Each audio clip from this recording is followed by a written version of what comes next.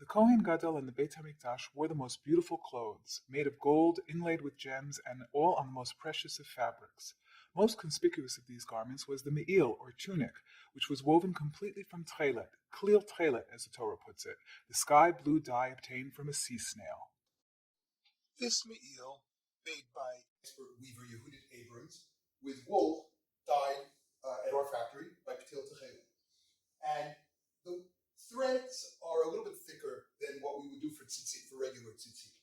There we do 8 threads plied together, but here for the mikdash, for the me'il, for the garments of the big day kehunan, for the other things in the temple or in the mishkan, you do 12 ply. So it's 12 threads that are strung together, which makes the whole garment a little bit heavier. So in fact, this me'il would weigh about 2.5 kilo, which is almost 6 pounds. And you have to keep in mind that Tekhelet was fabulously expensive, at times worth up to 20 times its weight in gold. So this me'il, at today's prices of gold, would have cost the Beit HaMikdash somewhere in the area of $2.5 million. So you can imagine the kavod, v'tiferet, the splendor and the glory that one could experience when they saw the Kohen Gadol wearing these beautiful, precious garments. The exact design of the me'il is subject to debate. Rashi saw it more like a robe with sleeves, while the Rambam had it like a poncho, sleeveless and with an opening at the top. Along the bottom hem, 72 pomegranates made from threads of blue Tekhelet, purple agarman, and red tolat shani hung, and at the end of each of those was a golden bell. A few years ago, one such bell, dating back to the Second Temple, was found by archaeologists in Ir David, the royal city adjacent to Har Habayit, where the Beit HaMikdash stood. The me'il that we have prepared here is in accordance with the opinion of the Rambam, who holds that it was like a poncho, and as you can see, it looks like maybe like an oversized arba kanfot, like the tzitzit, the garment, the tzitzit that we wear under our clothes. And that begs the question, as you can see, it has 4 corners. So why didn't it need tzitzit?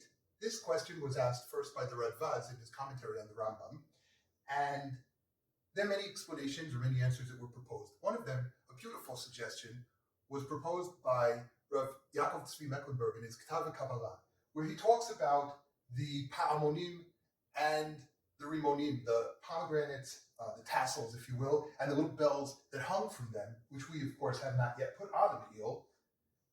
They would make a beautiful melody chiming as the Kohen Gadol walked through the Beit HaMikdash, and it would remind everyone, when they heard these beautiful bells clanging, it would remind everybody of the Kohen Gadol's presence, and by association, of the presence of HaKadosh Baruch Hu and his Shechina. So the purpose of the tzitzit that we wear is uritem oto, you will see them and remember all of the commandments of God, all of the mitzvot. So too, says the Ketav Kabbalah, you would hear the Kohen Gadol, and that would remind you of God's presence. So in essence, the bells were in place of the tzitzit. We use that visual cue, whereas in the Beit HaMikdash it would be audio, it would be by sound, a beautiful melody that would remind us of God's presence within the Beit HaMikdash. The Ramban explains regarding the garments of the Kohen Gadol that, quote, these clothes were the clothes of royalty. Their likeness was worn by kings during the time of the Torah. The me'il, precious and beautiful, represented Malchut, the royalty of Hashem in this world. The Ramban continues, noting that no man dares to wear such fabrics except for a king of nations. This is historically accurate, as we know the Roman emperors issued strict edicts forbidding the wearing of shellfish-dyed purple or blue by anyone other than the royal family. Selling these fabrics and even owning them was a crime tantamount to treason, punishable by death.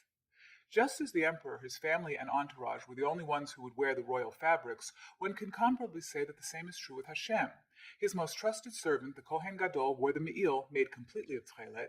The regular Kohen Hedyot wore a belt, the avneit, made of Tekhelet, and each Jew is commanded to wear a string of Tekhelet on his tzitzit. And what of Hashem himself?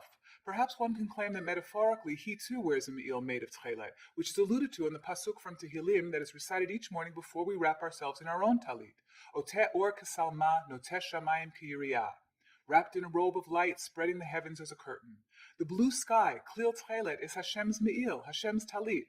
When one looked at the Kohen Gadol draped in his Tekhelet robe, one saw the infinity of the heavens, as the Paitan Yossi ben Yossi described the me'il kazohar harakia, as radiant as the sky.